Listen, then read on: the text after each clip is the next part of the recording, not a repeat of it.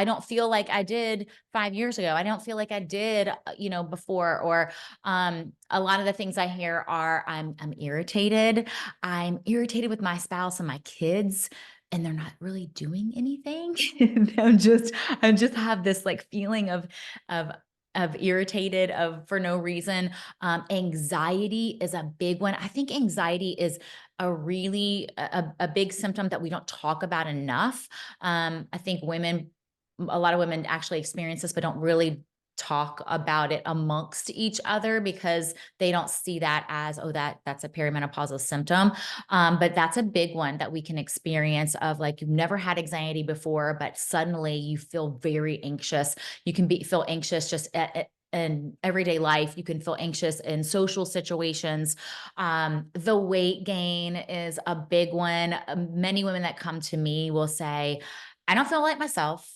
My clothes are fitting tighter and I'm doing all the same things I've always done. And so what I've always done is now no longer working for me. I don't feel good. I don't look good. My head is foggy. Um, I'll mention this symptom because this is one that is fairly common, but again, a lot of people don't see it as a perimenopausal symptom. Is frozen shoulder syndrome.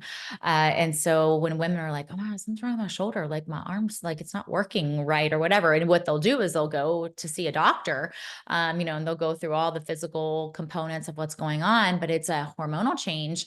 And so the hard part, I will say at the end of all this, is that we don't always know, like, okay, bingo, this is it. I'm in perimenopause. But if you can go through a few of those symptoms, a list of things, it's like, oh yeah, yes, I feel this way. Yeah, I'm not sleeping well. If you can check off a few, you're most likely in perimenopause. Your periods can be irregular.